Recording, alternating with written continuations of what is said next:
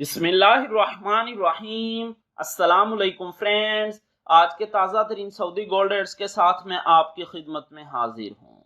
International market में gold की कीमत में $27 फी औंस का इजाफा हुआ है। इससे अब इंटरनेशनल मार्केट $2657 फी औंस पर पहुंच गई है। सऊदी अरब में भी गोल्ड की कीमत में जबरदस्त इजाफा देखने में आया है।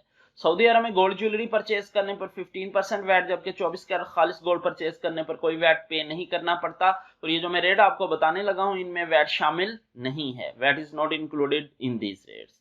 आज सऊदी अरब में फी औंस सोने की कीमत है 9,948 रियाल 75 हलाला फी किलोग्राम, यानी 1 kg सोने की कीमत है 3,19,895 रियाल।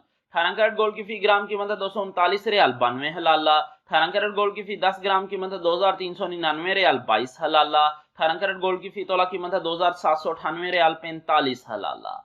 21 कैरेट गोल्ड की फी ग्राम कीमत है 278 रियाल 31 हलाला।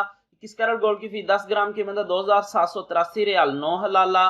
21 कैरेट गोल्ड की फी तोला कीमत है 3,246 रियाल 20 हलाला। 22 कैरेट गोल्ड की फी ग्राम कीमत है 293 रियाल 22 हलाला। 22 कैरेट गोल्ड की फी 10 ग्राम कीमत है 2,932 रियाल 16 हलाला। 22 कैरेट गोल्ड की फी तोला कीमत है 3,420 रियाल 7 हलाला।